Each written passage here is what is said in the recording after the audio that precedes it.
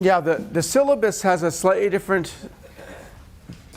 has an extra deadline in there for the project, but that's because the way we did the course conference last year had one more step in it where there was some refereeing, and I decided that was pretty complicated and we're just not going to do it this year. So I'm simplifying things a bit. So there's 2 deadlines you have to know about. The final project is due May 2nd. And for the course conference, which will be April 26th and April 28th, you need to send 2 slides, PDF only. And I think you'll send them to Jisoo. I'll find out how they want to get them. And then they're going to paste them together into one giant file so that on Tuesday and Thursday, they'll have a projector. You'll have the projector ready with the computer, with all the files, and you just come up, do your 2 minutes, and then the next people come up and so on. So that's how it'll work. There'll be prizes. It'll be very exciting. Yeah? So maybe this is what you're talking about, but in the syllabus, it's something due like 2 Mondays from now? Yeah, so that was because we had a refereeing stage before. There'll be no refereeing this time. Yeah. The refereeing was interesting. Ryan wanted to do that last year because he thought, that's how it would just be sort of like experience for you guys for refereeing conferences and that. But it just was kind of a big mess, and it was kind of complicated. So you can ignore that deadline. So these are the only deadlines here, and of course there's the last assignment as well. Any questions about that? All right, great. So then let's talk about graphs again. Get this out of the way. So we had just written out the log linear model for the simplest case where there was just 2 binary discrete variables, x1 and x2. And we saw that the advantage of the log linear model was that it allows us to use the parameters to talk about conditional independence, or actually dependence in that case. So we started to write down the general case where now I have D features. And again, for simplicity, we're keeping them binary, but that's not necessary. And the probability function looks like this. So x here is a vector. And this is like a series of bits. It's either 0 or 1. This is the probability that somebody has a feature 1 equal to 0, feature 2 equal to 1, and so on. So you can think of it again as a giant multinomial. This is for every possible setting of these things, this is just a number, and there's 2 to the d such numbers. So we can think of it as a multinomial with 2 to the d entries. And the likelihood would just be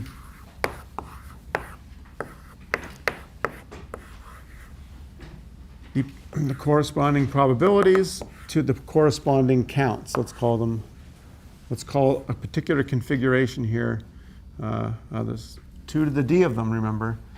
So I'm just going to call it squiggle and C swiggle. I'm just every possible configuration, you have how many times that configuration happened, and its probability. It's just a multinomial likelihood function.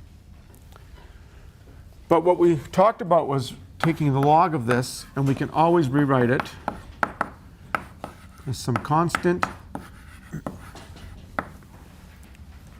It's not locked, is it? Not that that's a bad idea. I don't think it's locked, actually. But that's good. We shamed you anyway, so.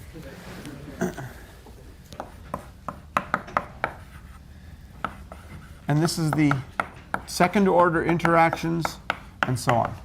Okay?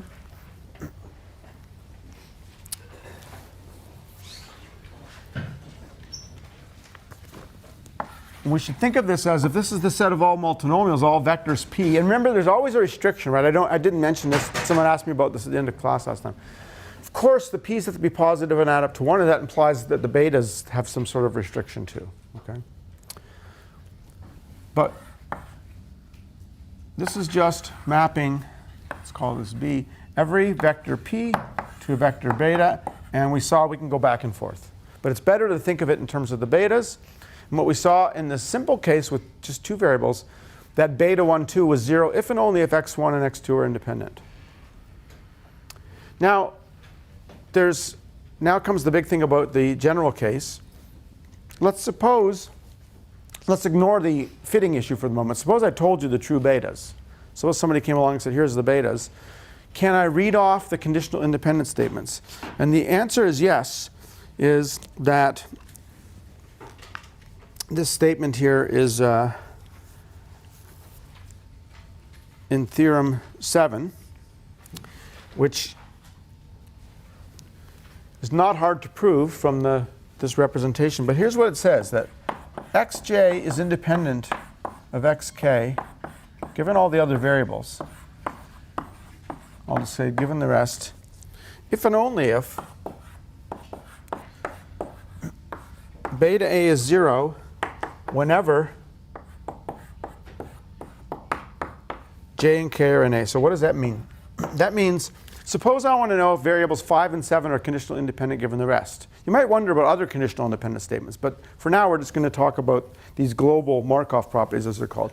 Are variable 5 and 7 conditional independent given the rest? All you have to do is check, in any of the non-zero terms, do 5 and 7 ever appear together or not? So let me give you an example of that to make that clear. Suppose I just have I have 3 discrete binary variables, or if you want to think about it again as one variable taking 2 to the 3 values, 8 values, a multinomial with 8 categories. And so I know I can write out this probability function, and suppose I tell you it has the following form. It's of the form beta 0 plus beta 1 x1, beta 2 x2, beta 3 x3. Then some of the terms are 0. So when I leave a term out, it implies that the beta is 0. So this is beta x1, x2.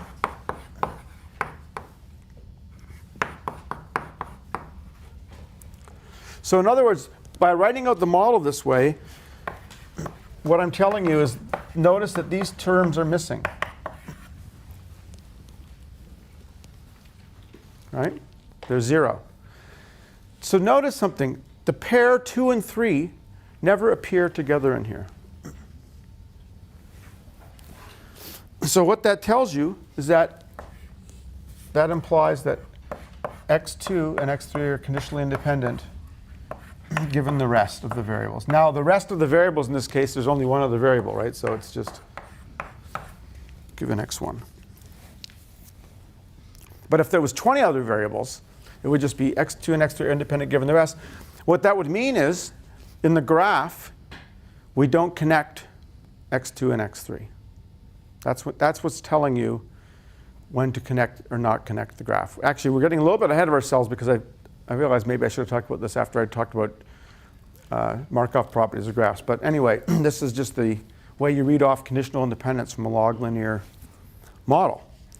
And so the beauty of this is when you run, if you just put some discrete data into R, and I'm sure there's a similar function in MATLAB, and say fit the log linear model, it's going to give you a bunch of beta hats, and we'll talk about different approaches, but you can test, for example, whether the beta hats are 0 or not, or you can run forward stepwise regression, which will leave out some of the betas for you, just like we did with ordinary linear regression. The final model will have some beta hats in it, but it'll have a lot of beta hats that might be 0. And so you can immediately look at this and say, oh, OK, I know the graph now. The graph looks like this, x1, x2, x3. And x2 and x3 are conditionally independent, so I don't connect those. That anytime, because the 2 and 3 never appear together, I just leave out those two things. So it's a very easy way to interpret the multinomial, and it's a very easy way to determine what the graph is. And so that's the value of using this log linear representation of the multinomial. people call them log linear models, but they're not really models so much as reinterpretations of the multinomial model. Reparameterizations, I guess, is the way to put it. Is multinomial the only distribution that can be expressed in this? Yeah, because we're talking about we're assuming all the variables are discrete. So the most general possible model is the multinomial model. What if they're not discrete? I mean, Well, then, then we have a whole different problem. So if they're normal, we had the Gaussian graphs. If they're multinomial, we have these. What if some of them are discrete and some of them are continuous? Now it gets more complicated. no, I mean, Oh. if all those are continuous, this form looks like something like the exponential family or something. You mean like it's a restricted multinomial? Because every discrete distribution is a multinomial, unless it's restricted. For other continuous distributions, is it possible to express some of those distributions? Not necessarily. No. This is all about the multinomial. Yeah. So can we actually prove that when the beta is 0, this condition independent holds? Yes. So This is if and only if. how do you prove it? Oh, it's not very hard. In fact, maybe I should have made it a homework exercise. But it comes from the properties of, it comes from this expansion. And so then you can check that when those things are 0, you have to check now that P of x1 and x2 given x3 is equal to P of x1 given x3 times. So it just directly from the definition. You can factorize it somehow. Yep, it's from the factorization. Yeah. The statement in the middle of page 14 about log linear representation decoding independent statements in terms of these parameters. That's true in general for any log linear model, right? Not just discrete. No, this isn't even defined necessarily.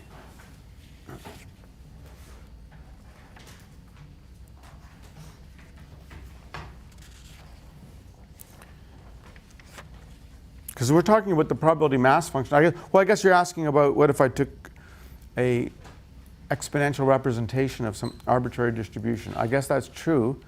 It would still, I think it would still be true as long as the density was positive or something like that. Yeah. But I'm talking about multinomials here right now.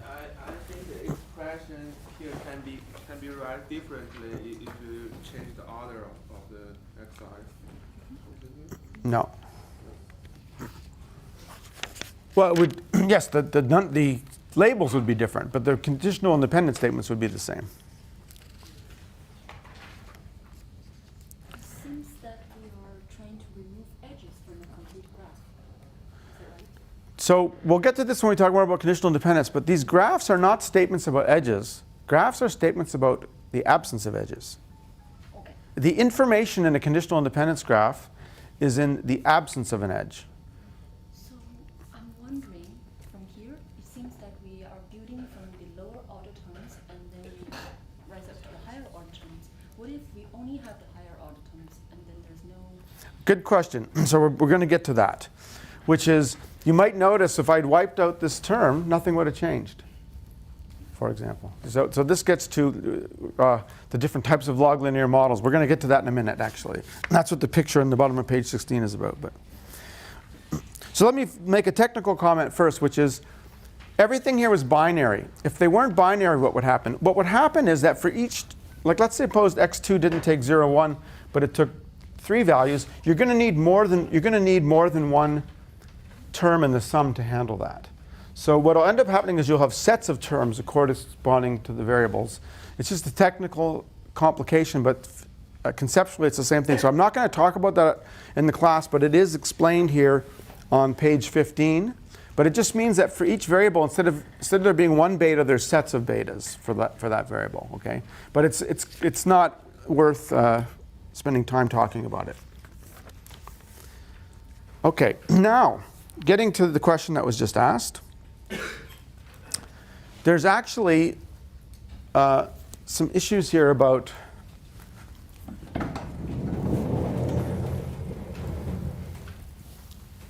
different types of log linear models, and it's explained with this picture. Let me draw the picture and then I'll explain it.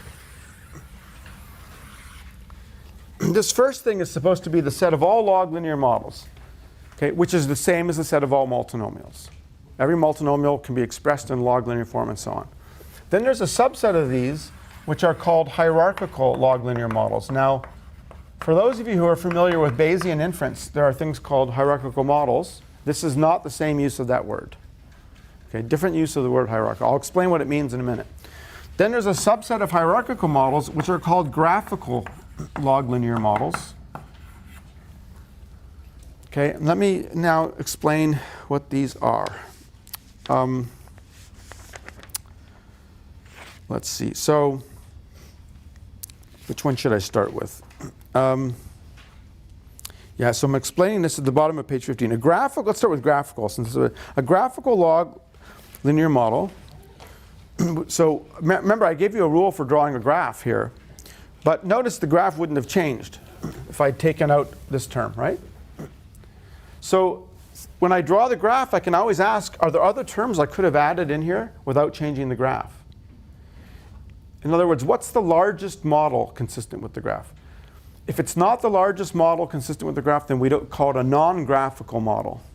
And otherwise, it's a graphical model. So I said that at the bottom here. A graphical log linear model is a log linear model for which the parameters are non-zero if and only if that variable is a clique in the graph. That is, let me say it in better terms. It's really just saying, didn't I give an example? I'll make up some examples because apparently I didn't put them in here. But it's, this is a non-graphical model if I do this.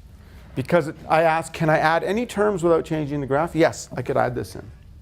So that would be a non-graphical. But once I put this in, now I ask, can I add any more terms in without changing the graph? The answer is no. So this is called a graphical log linear model. It's sort of the maximal model consistent with its graph. You couldn't add any other terms in. What that means is the graph is implying these conditional independence relations, but it's not implying any other constraints. So if I said beta 1 is 0 in here, that doesn't change the conditional independence statements. The graph is the same. But it is restricting the set of distributions that you can represent. What is that restriction? It's not a restriction you can express in the language of conditional independence. It's just some other restriction. It's just saying, originally, here's the set of all multinomials. When I write down this model, I'm saying, oh, it's in some restricted class. This is the set of all multinomials, in fact, that have this graph. This restriction to the multinomial corresponds explicitly to a conditional independence statement. If I set beta 1 equal to 0, I'm saying actually it's in a smaller set. And what is that set? It's just the set where beta 1 also happens to be equal to 0. But it can't be, that restriction can't be expressed in terms of any conditional independence statement. There's other things you can say about random variables besides dependence and conditional independence. So it just happens to have other restrictions. Some people will insist that when they use log linear models that they be graphical, so they'll force these terms to be in. You don't have to do that. There's no reason why nature forces the beta 1 to be in there. It doesn't hurt you in any sense, because if I put beta 1 in, and if it's not there, the beta 1 hat will just be close to 0. You'll consistently estimate it to be close to 0. So this is all about whether it's representing things other than what you want. So for example,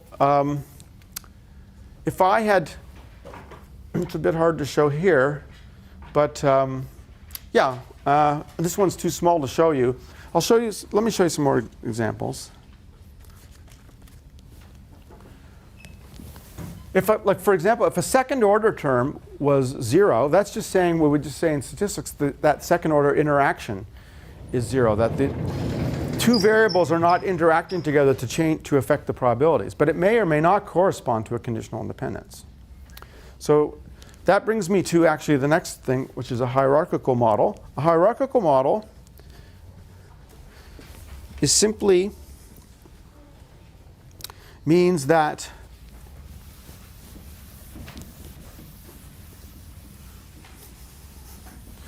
and if it's not hierarchical, by the way, it can't be graphical. So that's why I drew it.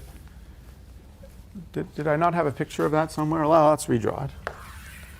Again, this is all log linear. These are hierarchical. And these are the graphical models. Hierarchical just means this, that any time a set of indices is contained in another set of indices, that the corresponding betas here are 0 must mean that the larger set of betas is 0. So let me just give you an example of this. Let's go back to 3 variables. That's all we really need, I guess, to illustrate this. And suppose I tell you the model looks like this. The true distribution has the following form.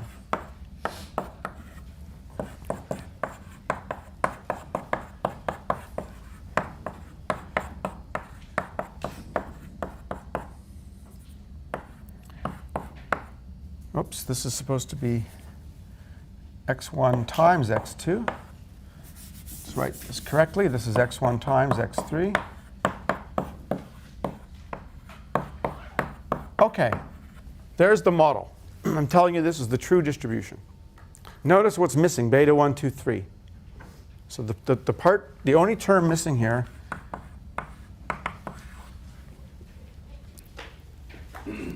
so the first thing is, let's start with this model. What's the graph? What conditional independence statements are implied?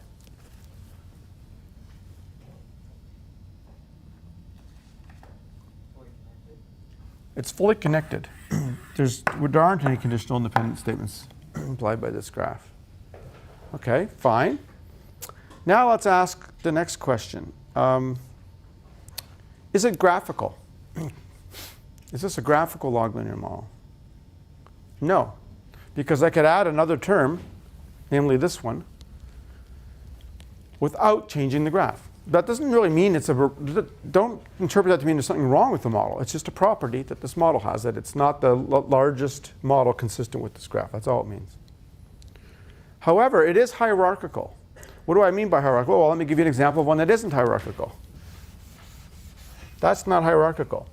Because to be hierarchical, if beta 1 is 0, then beta 1, 2 has to be 0. If beta 1 is 0, then anything containing beta 1 has to be 0. So actually, if beta 1 is 0, beta 1, 2 has to be 0, and beta 1, 3 has to be 0. Now, why do we care about whether it satisfies the hierarchical property or not? One reason is just, and this is sort of an old-fashioned reason. People thought, I don't know why they thought this, it didn't make sense to have what's called a main effect, which is what these are called, to be 0, and have a interaction effect to be not 0. I don't know why they thought that. There's no reason. I mean, this is a perfectly, you can create, this is a well-defined distribution. So there you go. There's an example of a real distribution where the first order term is 0 and the second order term is not 0. I don't know why people think that somehow there's something wrong with that. There isn't anything wrong with it. Mathematically, it's a perfectly well-defined model. On the other hand, if you're doing things like forward regression, if you're building up this model in a forward stepwise way, it's often the case that people will start by putting in the lower order terms and then putting in the higher order terms, and it makes the model search easier if you assume the model's hierarchical. Because if beta 1 doesn't appear, then when I go to put in the second order, I don't have to look for beta 1, 2, or beta 1, 3.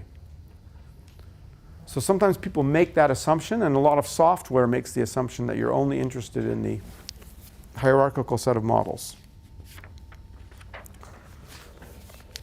Okay, so I'm not suggesting you should do that. I'm just pointing out that that's a type of model, a type of log linear model, and that there are types of software that enforce that, but there's no reason why you have to. All right.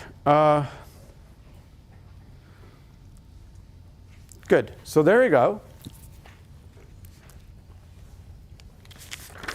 Let me think if there's anything else I need to tell you about log linear models. Well, so I haven't talked about really the high dimensional case. So if the dimension is fixed and n is fairly large, fitting these things is fairly easy because we're just going to do maximum likelihood estimation. You're going to get out a bunch of beta hats. It's going to compute the Fisher information for you, so we can use everything we used in 705. You can use the score function. sorry, the Wald test. We didn't do score. The Wald test, for example, or likelihood ratio test to test whether coefficients are 0. You can do model building. We talked a little bit about AIC, for example, in 705. You could build a model like using adding terms one at a time and use the AIC criteria to decide how big a model and so on. These things are all built in, again, to R and I'm sure to MATLAB. I would be surprised if it wasn't there as well. If you want to build a high-dimensional version of this, and I don't want to really get into this, but it's pretty obvious, I think, what you have to do. You add an L1 penalty term to the log likelihood, and then you have a high-dimensional version of this. And I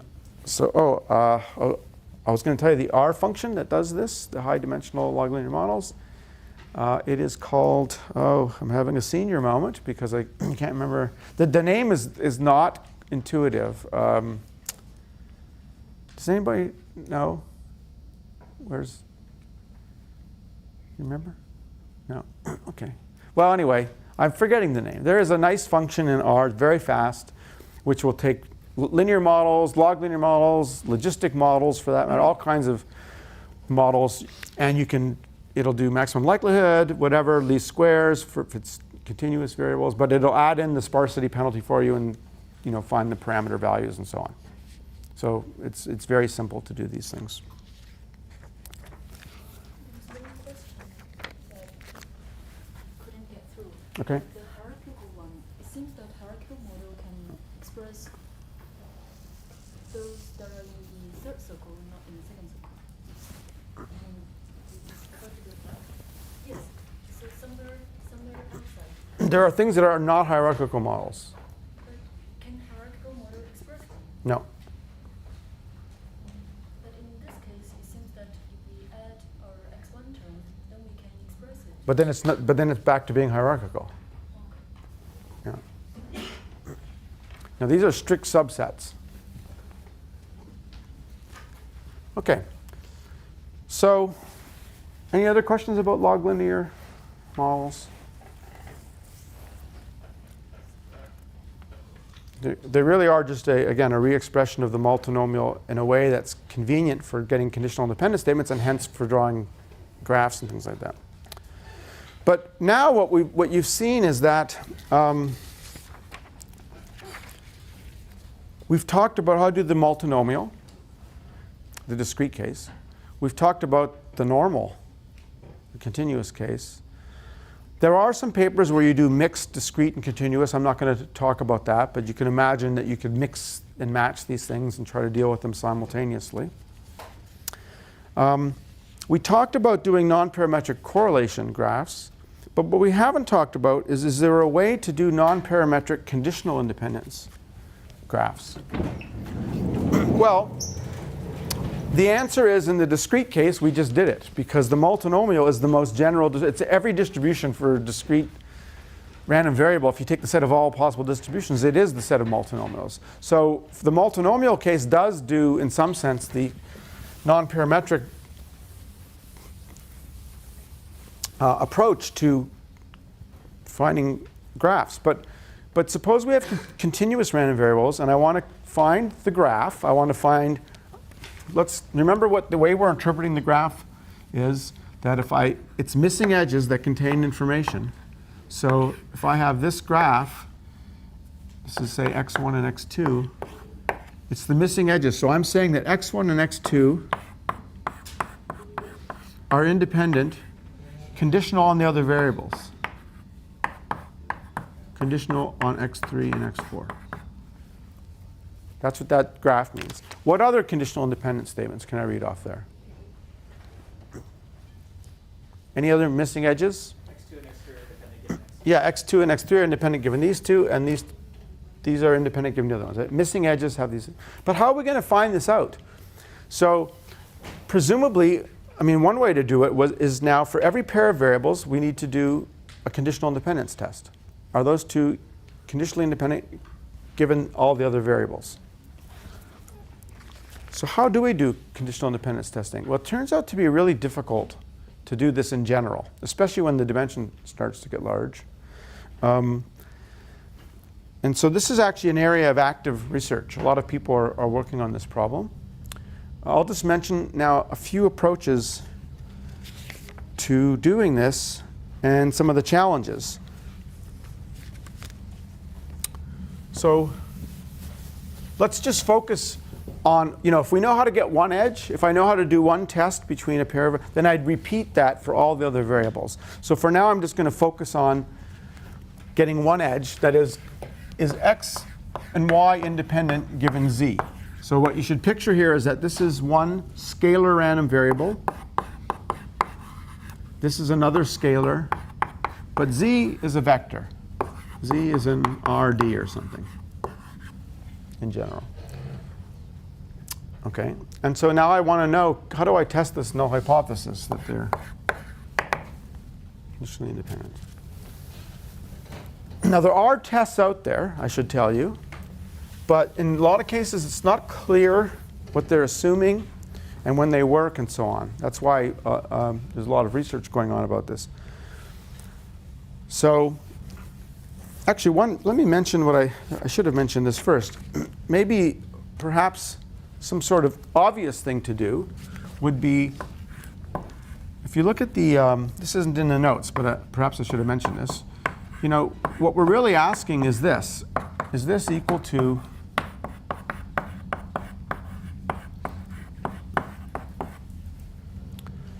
So maybe one thing we could do is density estimation. After all, we can always rewrite these.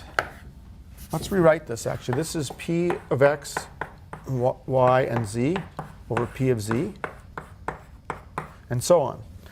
So if I have a density estimate for the joint density, I can always integrate out x and y, and then that gives me a density estimate for P of z.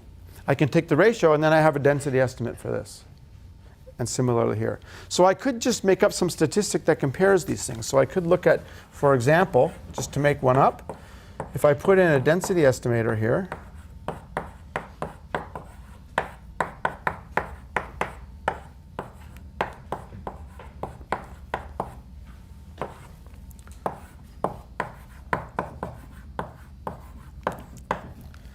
maybe this statistic could be used.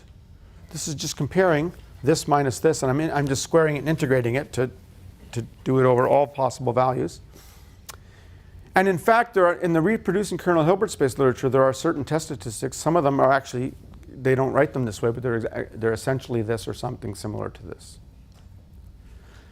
So that's one approach that people take. There's a lot of complications here because there's a tuning parameter to pick, the bandwidth. Not clear how to do that for testing hypothesis. There's another problem, which is if z is high dimensional, what do we know about density estimation? It's not going to work very well, right? Another problem is, what's the null distribution? How do I know when to reject this? And unfortunately, permutation testing cannot be used for conditional independence testing. So that's an important conceptual point. When I was testing whether x and y were marginally independent, and I had some data here, under the null hypothesis, I know that if I permute y, it doesn't change the distribution of my test statistic. So I could do permutation test. But if you think about testing, are x and y independent given z, think about this almost like a regression problem. We're conditioning on slices of z. And for every slice of z, if I had a whole bunch of x's and y's here, suppose I had a bunch of x's and y's here, I could do a permutation test of that for a fixed z, and I could do that for every z. Because that's what conditional independence means. It means once you fix z, x and y are independent. And if I had many x's and y's, sure, I could do a permutation test. But when we have continuous random variables, what do we know? If I plotted the x's and the y's here, I'm going to have, well, I made them come out even more regular. At any given slice of z, you're going to have 0 observations or 1. Right? That's the way continuous data are. There's nothing to permute.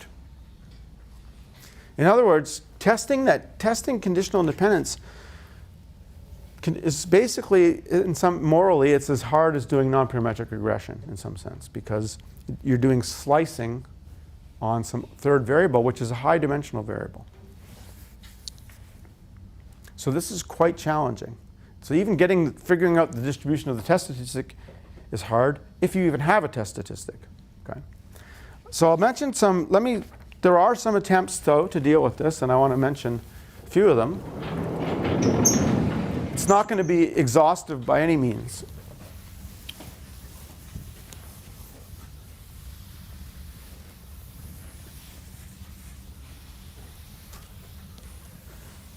So one approach, this is a kind of clever approach. This is actually by the same guy. Remember we talked about the tau squared statistic. It was tau star statistic, that was it. And it's the same guy who thought of this. And he noticed the following thing, that remember, it's related to this fact. You know that if I have x is drawn from a CDF, say capital F, what distribution does f of x have? If I take the CDF evaluated at the random variable, yeah, uniform, right? So a similar thing happens with independence here. If I look at the CDF of x given z and the CDF of, let's call it g of y given z,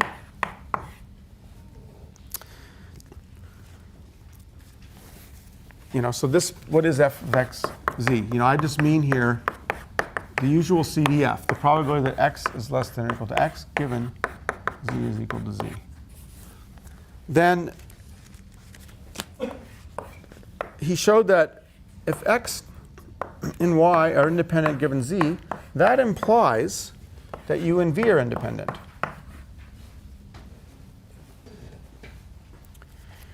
Well, that suggests if I can compute these u's and v's and just run my favorite independence test on that, that's a way of doing this test.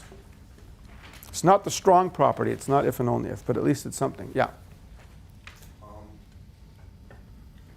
Isn't that finding the conditional distribution? I mean, is that the thing you can't do in the... Right. So it's going to be very similar to this.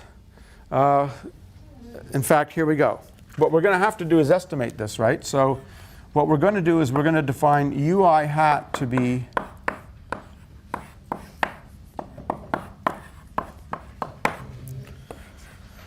the advantage of, well, let me just write it down. So what am I doing here? These are not the usual empirical CDFs because they're conditional, but you can just do a kernel estimate of the CDF just like we do a kernel estimate of a density. In fact, I wrote, that's what those expressions are in the middle of page 17. It's just, you just do a kernel estimate of the CDF just like you do a kernel estimate of the PDF. So yes, it inherits all the problems of this, except for one thing. The test statistic is sort of obvious. Once we get these values, now it's just a matter of testing marginal independence between the u's and the v's. And there's even a nice theorem here, which I wrote down, which basically says that asymptotically, you get out, the test statistic you get out from this is asymptotically, as n goes to infinity, the same as if you actually knew these u's and v's, so assuming you can consistently estimate these things. So this is kind of a nice idea. I have to say, however, that his paper has a lot of examples where it just seems to work. We're talking about 4, 5-dimensional examples. So this is not a high-dimensional technique because we are doing some sort of kernel estimation.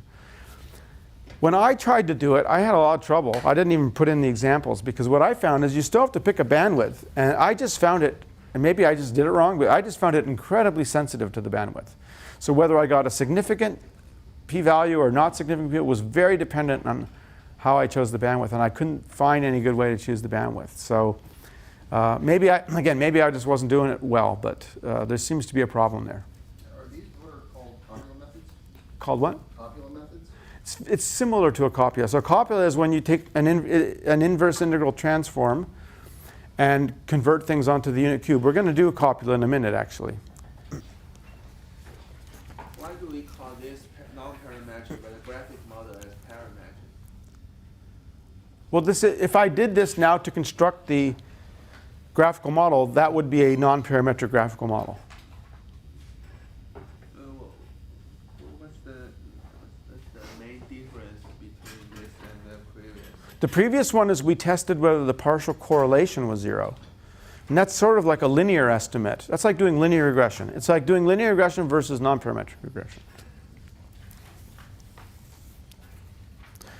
Why Well, partial correlation is a lot like linear regression because it's only computing the linear correlation between x and y. It's ignoring any nonlinear correlation between x and y. Yeah. Can you use the empirical CDF? No, if you use the empirical CDF, this won't work. You're just going to get junk out. For exactly the same reason here, because there's no information really given each z. You need to do some sort of smoothing. Yeah.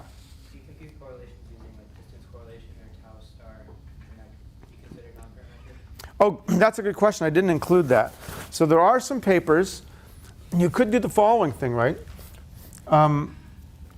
Let's let theta be one of our, not like tau star, one of our non-parametric correlations, distance correlation, whatever. We could estimate this as a function of z. How are we going to do that? Again, we're going to have to do some sort of smoothing over z, though. And then you could look at this integrated over z or something like that and try to create some sort of measure of conditional independence. So there are 1 or 2 papers about that as well. I should have mentioned that. They all have these tuning parameters in them, and they all have the same problem, which is nobody knows the null distribution. So it's not clear when to reject the null hypothesis. Except for this one, where you use whatever your favorite marginal testing is. So at least here, the rule of when to reject is clear. But I don't know how to pick the smoothing parameter. So you see, you start to see here it's getting kind of challenging. And this is even in 4 or 5 dimensions. Now what happens when we have 40 dimensions or 50 dimensions? So let me mention a few methods that have been proposed. And actually, did I put in the Daniela's method? Let's see. I didn't put in.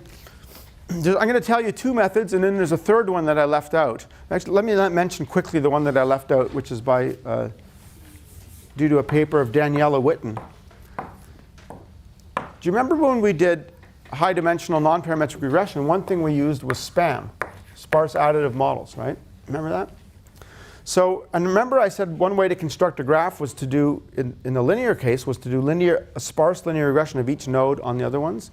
So she has a paper where she just does SPAM. She does sparse additive models on each node on all the other ones and takes turns, and that creates a graph from that. Oh, it is there. Well, thank you. It's right in front of me. It's right literally on the page I'm at, so I didn't notice it. But it's such a short. I somehow reduced it to 1 sentence. So it's right below my little table there on page 18. I said one idea is to do node-wise regression using SPAM. And the nice thing is there's the reference if you want to see it. But I'll mention 2 other methods. OK.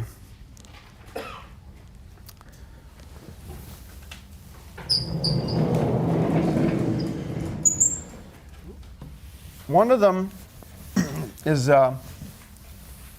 based on some work I did with John Lafferty and Han Liu many years ago. We call it the non-paranormal. So there's a bit of a joke there,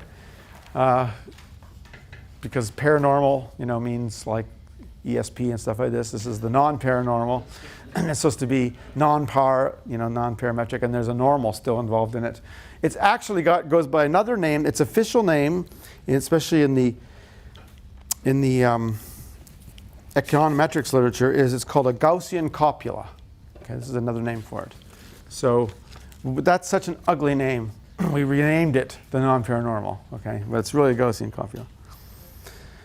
So what this is an attempt to do is kind of do the same thing we did for regression, which is when we did regression, we said, look, a fully non-parametric approach to regression, if you had d variables, would be to fit a function like this, say using a kernel method or local linear regression, whatever your favorite method is. But really, trying to fit a high-dimensional non-parametric regression is very difficult. So what we did was additive models. We said, let's compromise and take something which is in between being parametric and non-parametric. We took a sum of smooth functions. It's not as non-parametric as this, but it's more non-parametric than a linear model.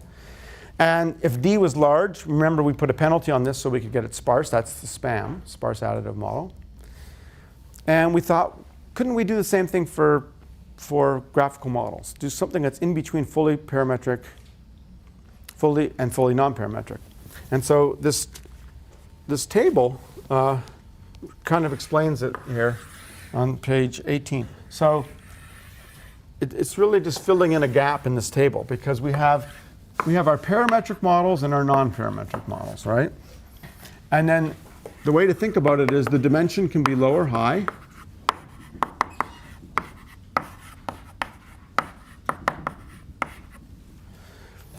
Now, the regression world looks like this. If we typically a parametric low-dimensional model, it's just a linear model. Okay, and then for a high-dimensional model, we do something like lasso or some sort of sparse regression. For non-parametric regression in low dimensions, we just did the additive model like that, and then all we did is we added a penalty to that in the high-dimensional case to make it SPAM. An L1 penalty, remember? But then, so the idea was just let's just mimic that. For graphical models, we can do the same thing. So the typical parametric low-dimensional graphical model is just the multivariate normal. The typical parametric high-dimensional case was the sparse version of that, which was the lasso. Okay, and here we're going to now just do a similar thing to additive models to regression things. So this will be the non-paranormal.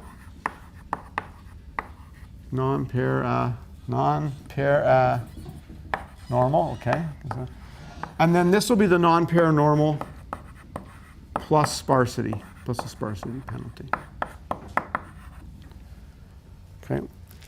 And as I said, it's really just going to be a Gaussian copula, as it's called. And here's how it works. Instead of assuming that the data are normal, we'll just slightly weaken the assumption. So it's not going to be, again, completely non-parametric. What we're going to assume is that there's some function of x that is normal.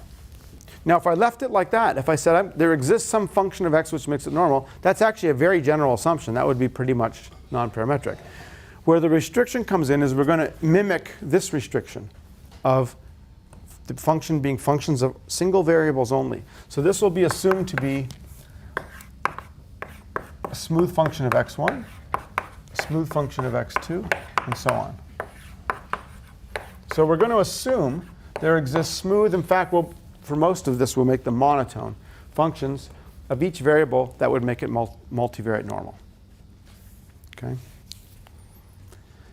And the interesting thing is that xj given xk is independent given the rest if and only if, I forgot to say what the notation was here. So we're going to write this as non-paranormal. There's still going to be the parameters describing the Gaussian, but now there's a vector of functions. This is a whole vector of functions. But the interesting thing is this still contains all of the independence information. This is independent if and only if gamma jk minus 1 is equal to 0, where sigma here is the covariance matrix of f of x. In fact,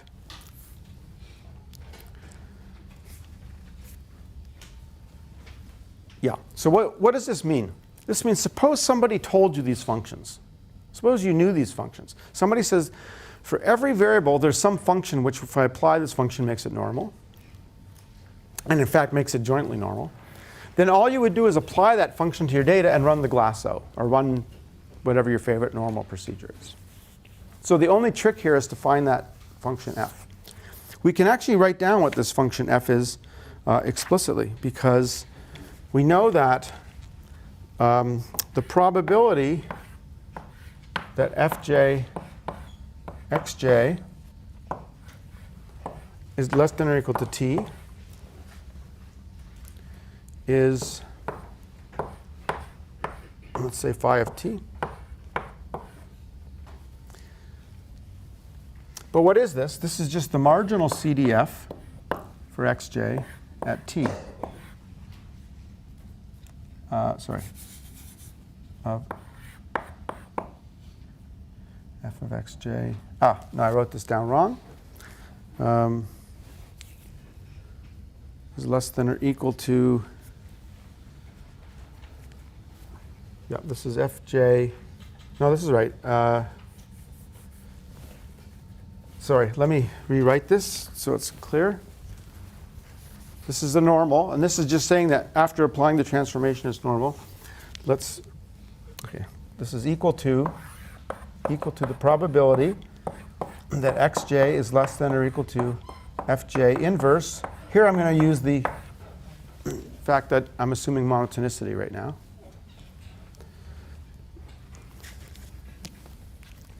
Sorry, let me get rid of this.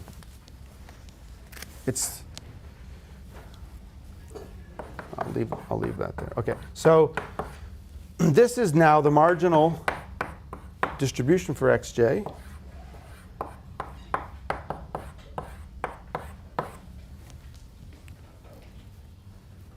Right? If I equate these two things now, just apply fj inverse, I get fj inverse of t is equal to, I think I did this wrong, but I think I have an extra inverse somewhere. But anyway, let's just see what happens. It's fj inverse phi of t. And I've got an extra inverse somewhere.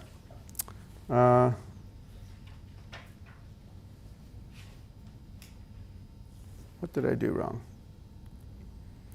All right, something's wrong. I'm just missing something simple. Because the answer is supposed to be, yeah, there it is in lemma 13.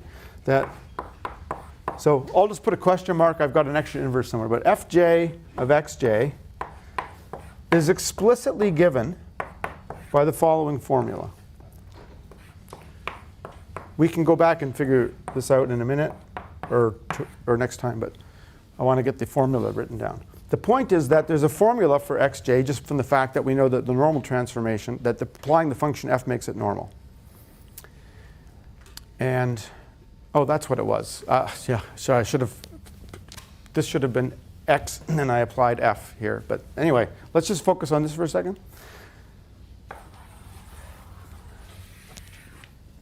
Under the assumption that it's a Gaussian copular or non-pure normal, the function fj we know has a specific form. Because we know that when we apply f, it has to be normal. And this is what the form is. This is a known function. This is an unknown function. But what do we know about the CDF? This is just a marginal CDF, a one-dimensional CDF. I can estimate it. So all I have to do to estimate this function is put in the marginal CDF estimator. There's only one small trick there, which is that you want to make sure this is never 0 or 1, because phi inverse of 0 and phi inverse of 1 go off to infinity. So it actually suffices to just modify the usual empirical to be the number of xi less than t over n plus 1 instead of n. Did I put that in, or did I put in? Yeah. So I actually put in a different version. So to prevent this from going to 0 or 1, there are two possibilities. This is plus 1. There are two ways to do it. One is simply to just, instead of taking the number of observations over n, you just add 1 to that. Or you can truncate the CDF. You can take the empirical CDF and truncate it at some number delta and 1 minus delta. And in the notes, I actually used the delta version. That's actually a little bit old because it has since been shown that you can actually just use the simpler thing and the theory still works. There's some theory behind all this. And the original paper, we had a particular truncation constant, but it turns out that's unnecessary. So let me try to put all this together now. We know that if we assume this non-paranormal assumption, there's some function for each variable. It's unknown. That has to be estimated. But there's your estimate of it. Fj hat of xj is simply phi inverse of, and this is just the empirical CDF with a small modification. So we actually have estimates of all the functions. And now what do? All you do is you apply this to your data and treat it as if it's normal. Just run the Glasso or whatever you do for the normal thing. And then there's some theorems that say that under certain conditions, that will consistently estimate the graph and so on. Yeah, I threw in some of the theory there. But I'm actually more interested in showing you how it actually works. Yeah. So the reason that we use the Gaussian calculus is so that we get the correlation dependence relationship. Yeah, although frankly, it was just because we knew how to do things with the normal. Now, how do we just sort of slightly generalize that? It's more a choice of convenience than anything else.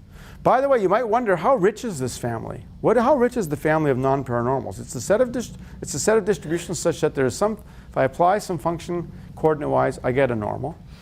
And that's pretty restrictive. It's definitely not fully non-parametric, but it's richer than you might think it is. In fact, if you look back on page 19, we plotted some of the examples of just trying out different functions and seeing what the densities look like. And you get out surprisingly rich family of distributions. You can get things with points in it, and you get sort of lumpy things with that look like mixtures, and you can get actually quite a variety of joint distributions. So it's not obvious actually what these joint distributions look like. They're quite rich, but they're not fully non-parametric. Here, use that formula, you get every fj, xj is normal 0, 1. Asymptotically, because But what if you want to choose another parameters in the normal? oh, so that's a good question. It turns out, I could allow a different mean and variance, for example, for each of the variables, but those are not identifiable parameters in the sense that I can always absorb those into the f. So that, in other words, if I assume this was some mean and some variances, it doesn't change the conditional independence statements. They're invariant under that. And since all we care about is the conditional independence, we can arbitrarily pick mu to be 0 and sigma to be 1. It's just like in spam, there was a constant we had to pick. Remember in spam, there was like a beta plus f1 plus f2 plus f3, a beta 0. This is not well defined because I could always include it into f1 or f2, so we arbitrarily took it to be y bar. It's a non-identified parameter. It's the same here. The marginal means and variance are not identified because if I shift one of the distributions, I can just accordingly define f to be the shifted function. So we just arbitrarily set these non-identified parameters to be 0, 1. It doesn't affect the graph, which is what we're interested in. So what happens, I wanted to just show you a couple of examples. Maybe I didn't put the good examples in. Is there some kind of intuition for what kind of distributions can be represented as a number? I find it hard to say actually, because when we started plotting these things, the shapes were very unexpected to me, and so I don't actually have a good intuition for it. And I should say, Han Liu has since generalized this to something called trans-elliptical distributions, where you don't even assume normality, you assume something about a distribution having elliptical contours, so which is even a wider family. So I don't actually have a good sense for how wide of this class of distribution is. It's something in between the normal and the non-parametric case, but it's hard for me to say exactly what it is. So the only requirement is that applying a function to each marginal has to be normal. Doesn't mean that the joint has to be. That's where the assumption comes in, right? Because of course, every one-dimensional variable could be transformed to normality. We're making the assumption that if we do that, it makes the whole joint approximately normal. So you can't have any standard engineering normal with the correlation structure. That's true. I didn't quite. So say you've got just a 2D normal with some correlation between the two. And the marginals would each be normal, but that's not necessarily their joint, right? That's right. You can't recover every joint distribution that way. Yeah. That's sort of what's called, basically this is the copula assumption. So I thought we included a really, I think the notes were getting too long, so I took it out. But let me just tell you, because we did a lot of experiments with this just to see how well it works. And the interesting thing is it works much better than I even expected it to work. What I mean by that is, if we fit this to normal data, suppose the data were actually normal, then in principle the Glasso should beat the non-paranormal because it's assuming normality. We never found that to be the case. There never seemed to be any loss of efficiency by actually doing this, even when the data were actually normal.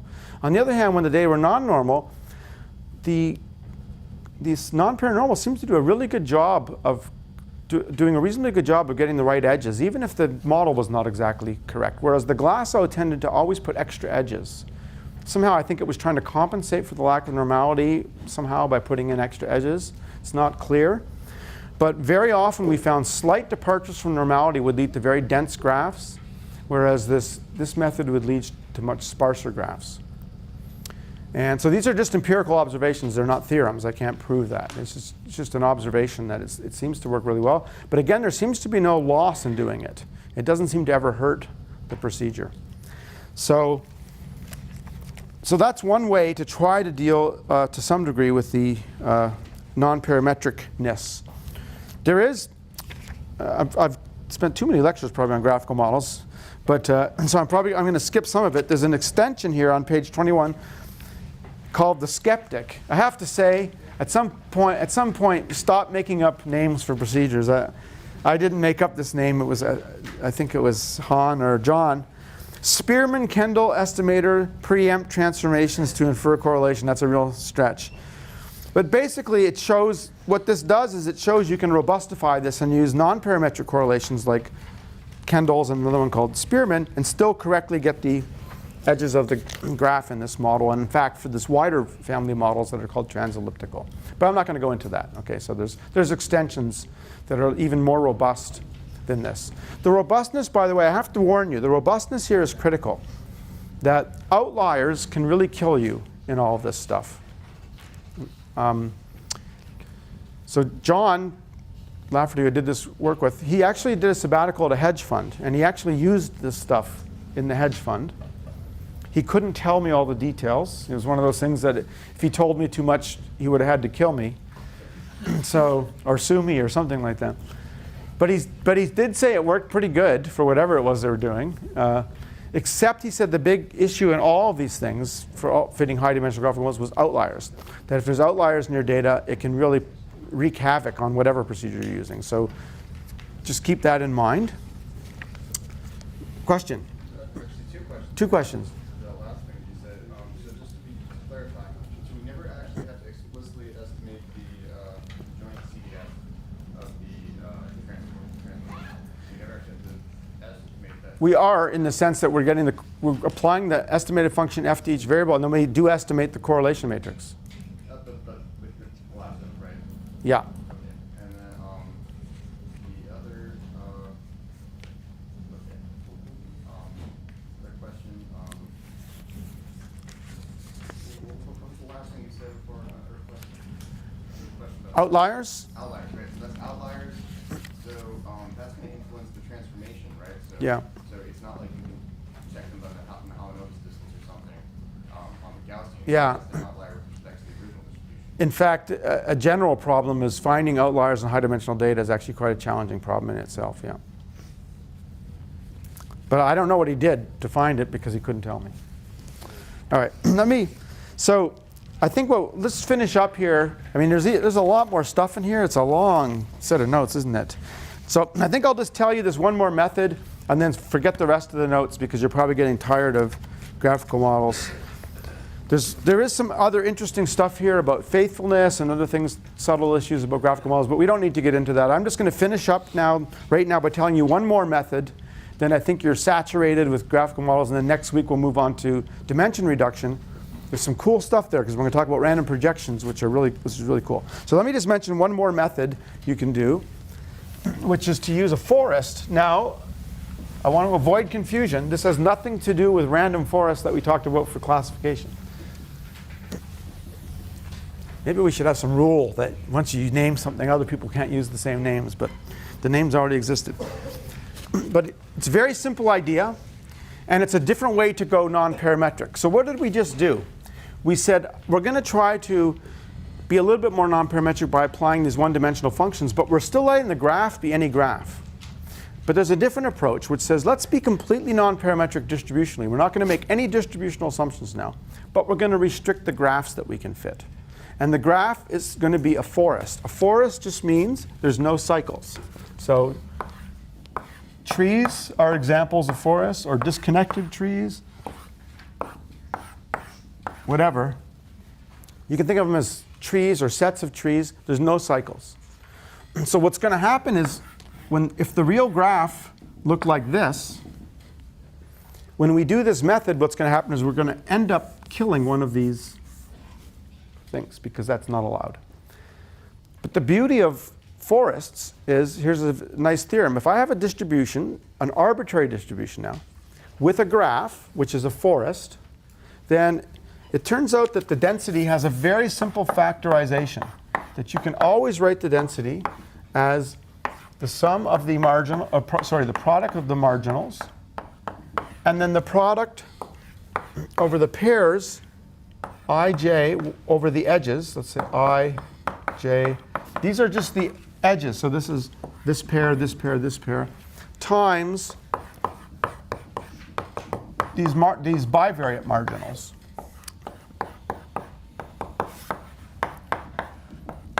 The amazing thing about this is I never need to know more about the distribution to find the graph than the bivariate marginals and the univariate marginals.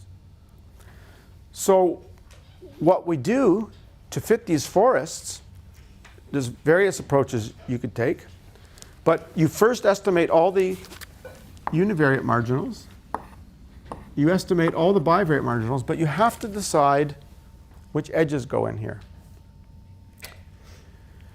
Okay, and so there's various ways. How do you decide which edges to go in? There's various ways you can do it.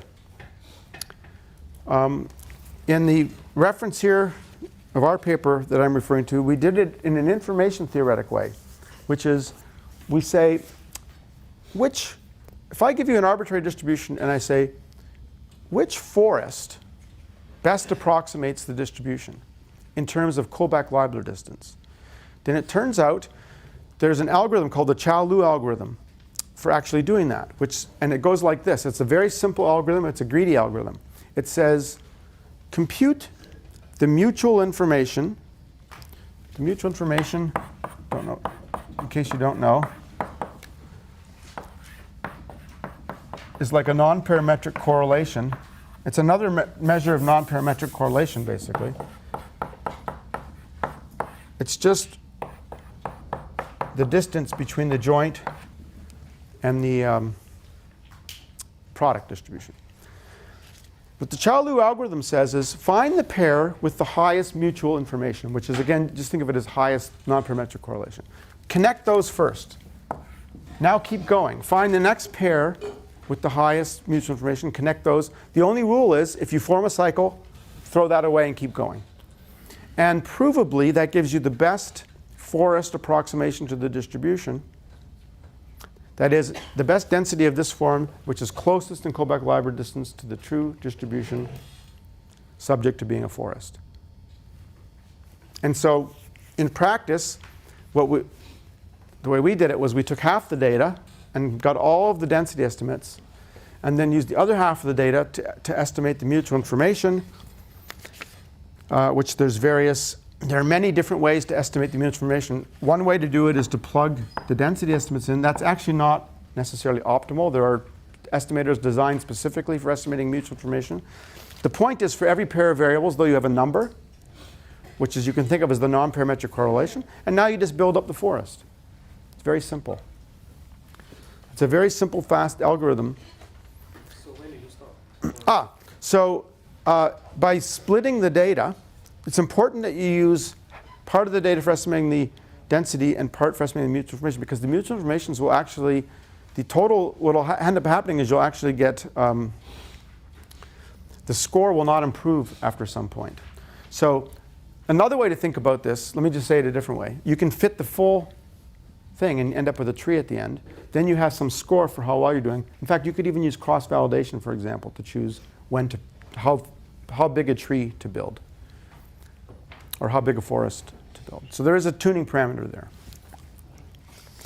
What ends up happening in practice, this actually works really well. I like this much better than the non-paranormal. But you do, it's much more non-parametric, but you do get this problem, as I said, which is that if the true graph, and we've seen this in many simulations, so if the true graph, looked like this, you're always forcing it to be a forest, so you're always breaking this graph. And an interesting question is there a post-processing way to find the lost edges and replace them?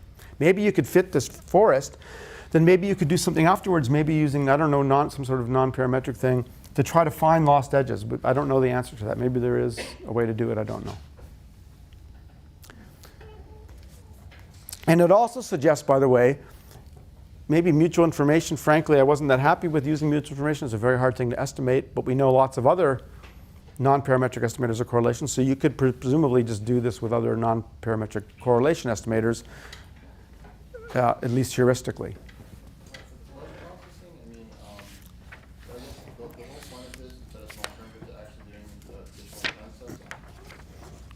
Sorry? So the point of this is that it's an alternative to doing conditional assessing, is that right? Right. Okay. So just testing the independence implications. Yeah, somehow we've gone back to marginal testing, but we're claiming it's an approximation in some sense to the overall graph, except. Well, I'm talking about the post-processing. Oh, yeah, that's why I don't know how to do it. Right. And let me just show you it's a beautiful picture. How much time do I have? I have enough time to at least show you this picture. Now, I didn't print it out in color, so it doesn't look so beautiful. What these are stocks. So I'm about to tell you how to get rich on the stock market. No, I'm not. Don't do this and lose money and blame me. This is actually I had many pictures like this, but this is one of many plots that just shows you what the fitted algorithm looks like. In fact, I put the wrong one in because this was assuming Gaussian. It's the non-parametric one I meant to put in, but they all ended up looking pretty similar. The cool thing was these stocks come from different sectors, like agriculture, high tech, whatever. We didn't use that information when we built the graph. Then afterwards, we colored in the nodes according to the sectors, and it just came out beautiful. Does anybody have the color version here? Am I right? Did it look pretty beautiful? Yeah, it looks pretty good, doesn't it? What is red and what is green? What is red and what is green? Oh, we didn't. I'm sorry, I didn't put down what they were. I don't know. Yeah, they're just different sectors. I didn't say what they were. Don't go buying these stocks or anything like that. Anyway, that was just an example. Yeah. Does it make sense to do a bootstrap to determine the variability of these graphs? That's a really, really good question. So if I'm going to do these methods, is the bootstrap valid for something like this? There might be a way to make it work. I hadn't thought about that. I'm going to say maybe. You can certainly do it. And at some exploratory level, I think it would give you an idea of the variability. Whether it's valid in some sort of mathematical sense, I'd have to think about that actually, because there's a lot going on here. It might be. Yeah.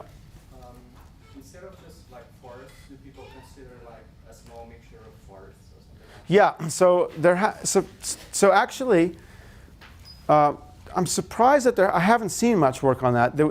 Marina Mila, who's at University of Washington, for her thesis, this was, when she was a student quite a while ago. Not that she's old, but this was quite a while ago. Her thesis was on mixtures of trees.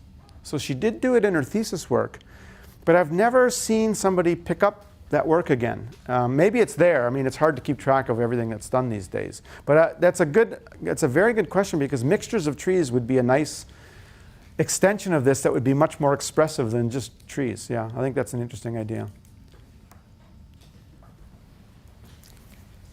Okay, yeah. Is the result from this first always deterministic, or would it be, for example, all of them are circles or squares, and random edges are being removed? Yeah.